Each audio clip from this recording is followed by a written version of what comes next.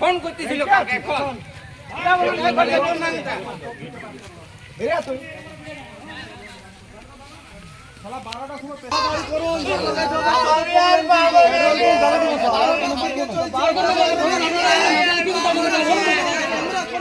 চিকিৎসায় গাফিলতিতে সাপে কাটা শিশুর মৃত্যু রণক্ষেত্র পুঞ্চা ব্লক প্রাথমিক স্বাস্থ্য কেন্দ্র।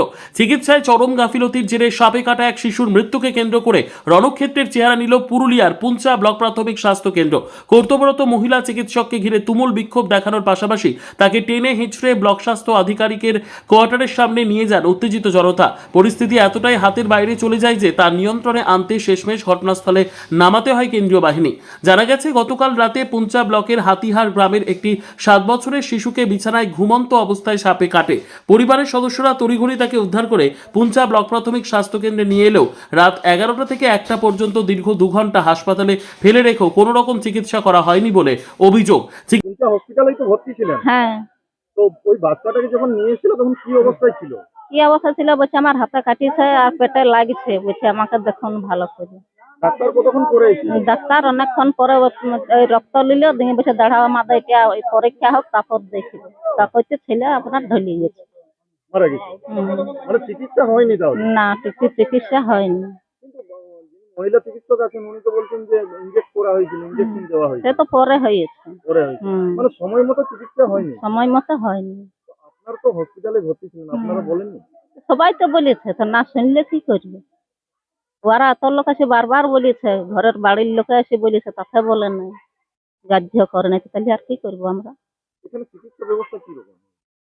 ওই তো এইরকম, কোনো গ্রাহ্য নেই। আপনি ওখানে ভর্তি ছিলেন নাকি? হ্যাঁ, আমার বোন আছে ভর্তি। আমরা সবাই। চিকিৎসকের চরম উদাসীনতা ও গাফিলতির কারণেই শিশুটির মৃত্যু হয়েছে বলে সরব হয় মৃতের পরিবার। শিশুটির মৃত্যুর খবর চাউর হতেই ক্ষোভে ফেটে পড়েন পরিবারের সদস্য ও স্থানীয় বাসিন্দারা।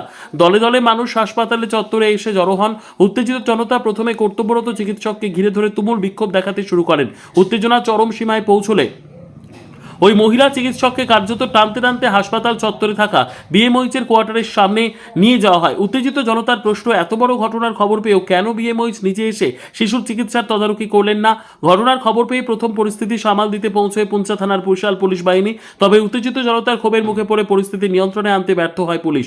হাসপাতাল চত্বরে আইন শৃঙ্খলা পরিস্থিতি সম্পূর্ণ ভেঙে পড়ার উপক্রম হলে খবর দেওয়া হয় কেন্দ্রীয় বাহিনীকে।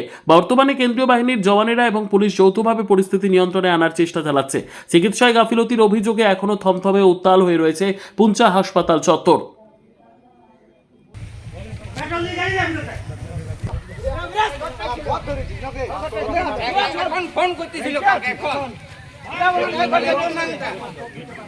কামড়ানোর জন্য ওর যখন সিমটম দেখা গেছে তখন ওকে ইনজেকশন দেওয়া হয়েছে, তারপরেও বাচ্চাটা মারা গেছে। তার জন্য এখানে ওকে অ্যান্টি স্নেক ভেনাম দেওয়া হয়েছে। একটা সময় দেওয়া হয়েছে, একটা সময় কতক্ষণ তো বাচ্চাটা হাতে কামড়াইছে।